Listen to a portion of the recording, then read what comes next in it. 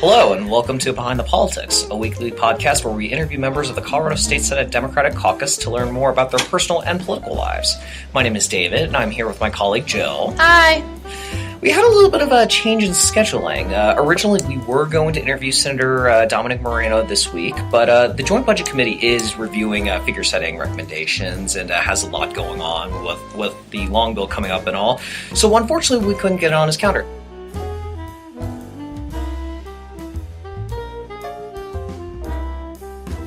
So instead, today, we have an equally awesome young senator with us, State Senator Steve Fenberg of Boulder. Hello, Senator Fenberg, and thanks for chatting with us. Hey guys, thanks for having me. Always happy to be the replacement for Dominic Moreno.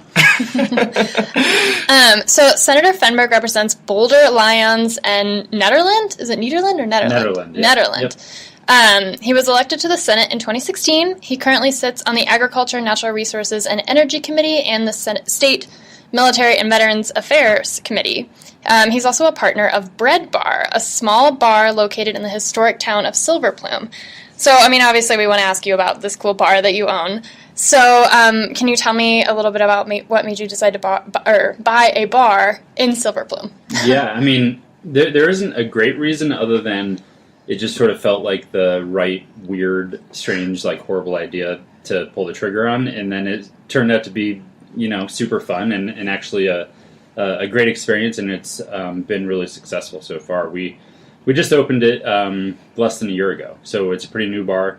It's in the town of Silver Plume, like you said, which is in Clear Creek County, right by the Eisenhower Tunnel. So we get a lot of ski traffic, a lot of people going back and forth to the mountains, and it's called Bread Bar because it is inside a 1800s era bakery, and so the word bread is really large on the building, and we thought it would be easier just to keep that up there as our sign rather than replacing it.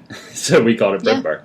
And we did some remodeling, built out a deck and things like that, and sort of freshened it up and brought it a little bit back to life. And it's been a lot of fun. It's a kind of a place that the locals sort of feel like is their living room, but then also a place where people from Denver and the Boulder area can come and get away and kind of go into a bit of a time warp and have a cocktail. Nice. And, in terms of designing the menu and the cocktails, do you guys change it regularly, or is it the same cocktails, or what do you guys kind of experimenting with? We are starting to sort of have some seasonal menus. We have a little greenhouse, and we grow some of the items that we use in our cocktails. And we named all of the cocktails after locally, historically significant local people. So there's one called the Clifford Griffin, which is sort of like our version of a whiskey sour, and it's named after a man who used to own one of the old mines in town. There's a really amazing story about him that I won't go into, but so we did a bunch of sort of historical research, and actually spent some time on the fifth floor of the Denver Library, where they have the historical the Western history section, and just dug into a bunch of old records and kind of learned about the history of that area and that town and the people that lived there. And that's really where the names of a lot of the cocktails came from. And we also partnered with a bar here in Denver called the Wayback, and worked with them on sort of developing the recipes and developing the menu. So we had a lot of professional help, but also wanted to kind of make it very much still authentic to the town of Silver Plume. Oh, yeah, that's, I actually haven't been to the Wayback, but I've heard good things. So it's a great spot. They do good work. Cool. I see, out of all, you must be an expert mixer at this point. So what's your favorite drink I can follow a today? recipe pretty well. My favorite drink has been for a while and probably always will be an old-fashioned.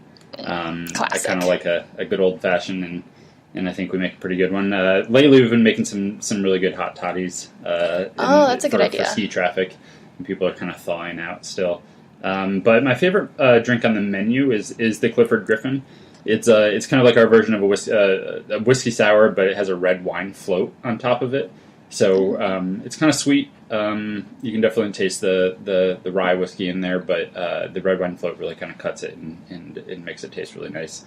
And that's it's kind of a special story and why we named it after him. And he played a sort of a significant role in the folklore of the town, and It's a really fun drink to make and looks beautiful with the red wine float. So it's kind of one of those cocktails that has layers of different colors, which turns out really nice. Oh, cool.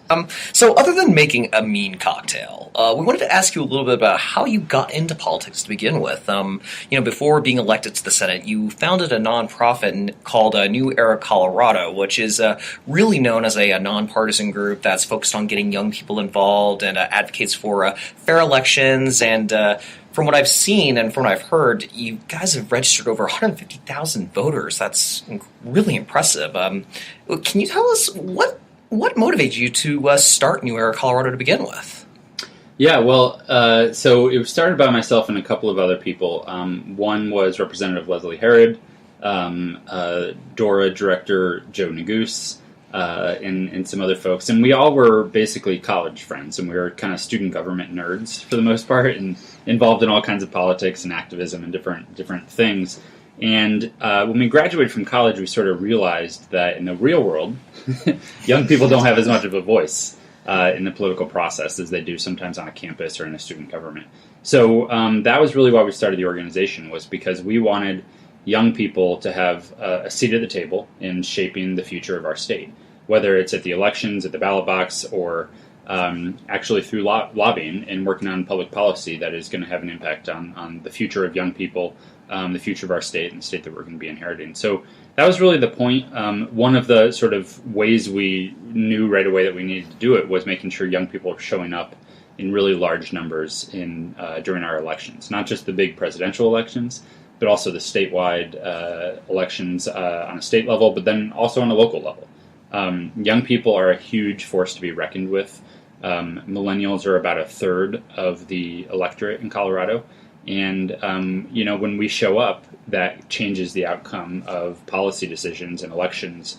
And it is probably the best theory of change I can come up with, is if you have a block of people that have issues and values that they feel like are not being addressed in the political process, the best way to do that is to show up in huge numbers and, be a force to be reckoned with in electoral sense.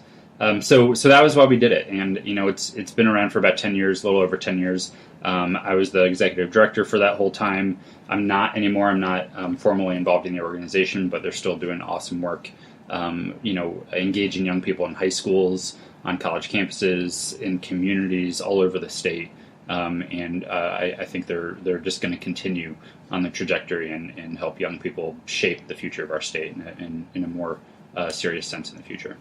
One thing that our listeners might know New Era for, especially during the 2016 election, you guys had this video campaign that went viral. This is why we vote. That got picked up, noticed by a lot of people. Even actor Mark Ruffalo, I believe, he actually tweeted about it. So that was really cool. So we had I think more than 1 million people watch and share that video, and it was really just kind of a narrative of why young people vote and why they should vote and why they should care and why they do care.